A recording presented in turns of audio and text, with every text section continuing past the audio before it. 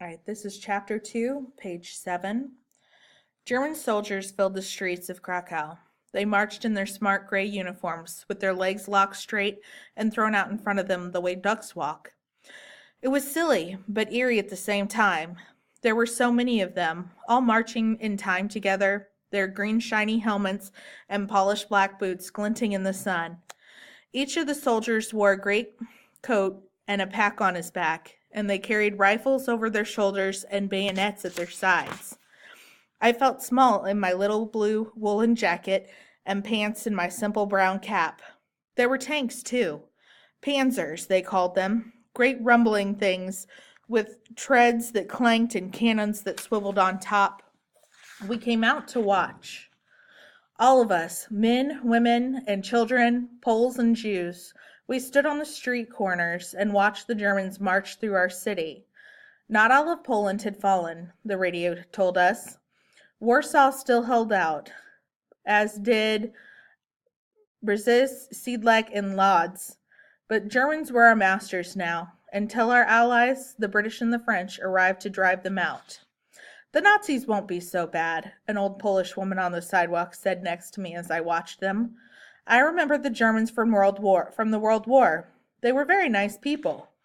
Of course she would say that. She wasn't a Jew. For weeks we tried to live as though nothing had changed, as though an invading army hadn't conquered us. I went to school every day, my fathers and uncles and cousins still went to work, and my mother still went to the store. But things were changing. At school, the Polish boys wouldn't play soccer with me anymore, and no Poles or Germans bought shoes from my father's store. Food became scarce too, and more expensive. Then one morning, I walked to school, and it was canceled. For good, I was told. No school for Jews. The other children celebrated, but I was disappointed.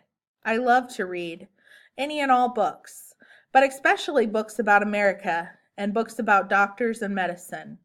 I wandered the streets, watching the German soldiers and their tanks, the bread lines that stretched around the block. Winter was coming, and the men and women in line held their coats tight around them and stamped their feet to stay warm. When I went home at lunchtime, my father was there, which surprised me. He usually ate lunch at work. Uncle Moshe was with him at the table. My father came out of the kitchen and worried over me. "Are you sick, Yannick?" She put a hand to my forehead. "Why are you home early from school?" "It's closed," I told her, feeling depressed. "Closed for Jews." You see, Uncle Moshe said.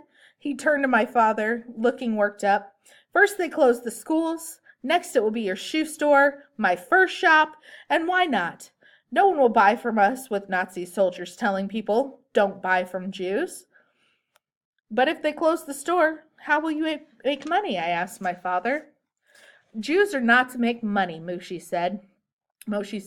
"We have ration cards for food now, with J's all over them. J for Jew."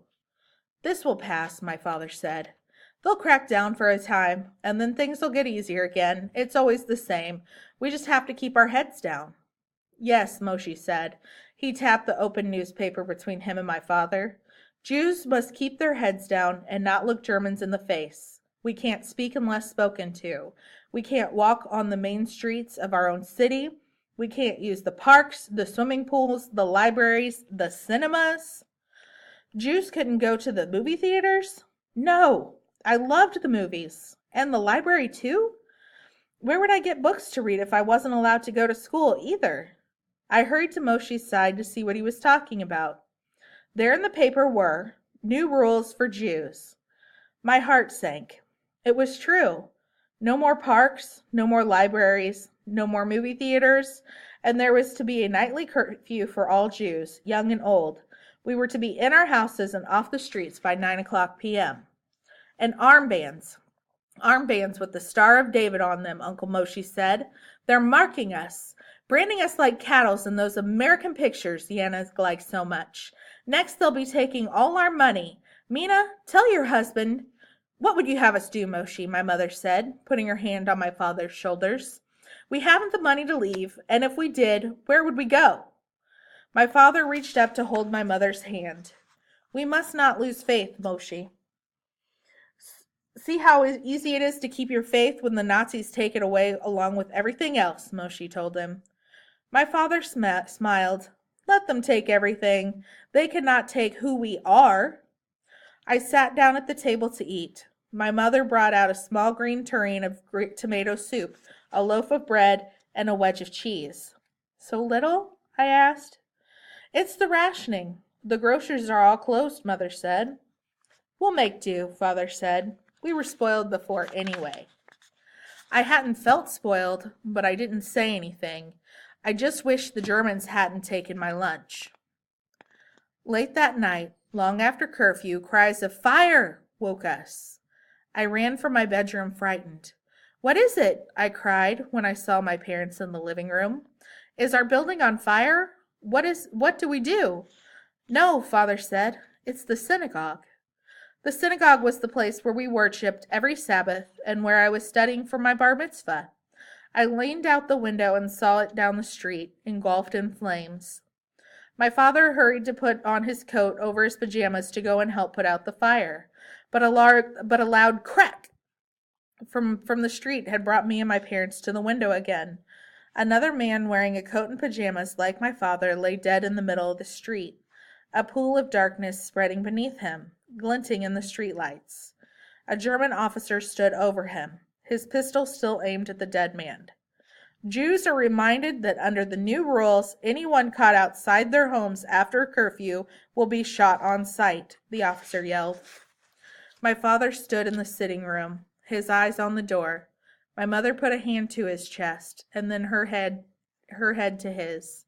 Some unspoken communication passed between them, and in a few moments, my father took his coat off again and sent me back to bed.